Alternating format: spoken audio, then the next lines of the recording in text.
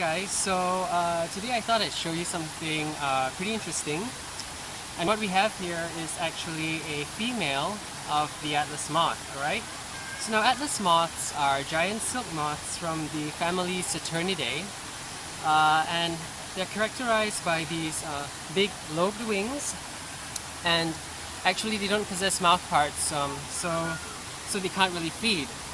And as you might expect of silk moths, they do produce silk, although this is not typically collected for commercial purposes.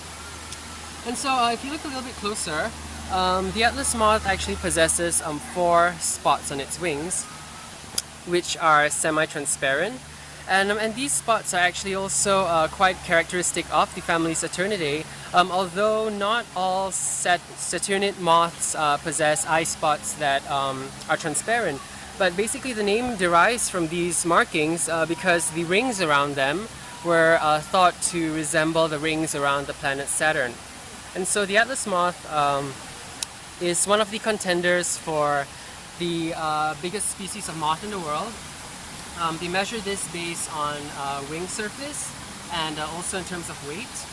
So you can see it's actually quite large, but they actually do get quite a bit larger. She's actually pretty small. And what they do is they are quite passive. They are passive breeders.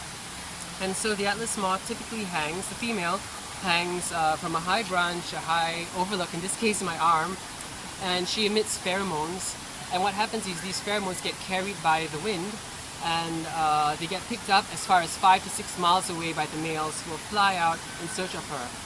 And as I've mentioned before, they don't have mouth parts to feed, so they typically do not live very long. Unfortunately, this beauty will only live for about 6 to 7 days, just enough time for her to lay her eggs, reproduce, and then sadly she will die.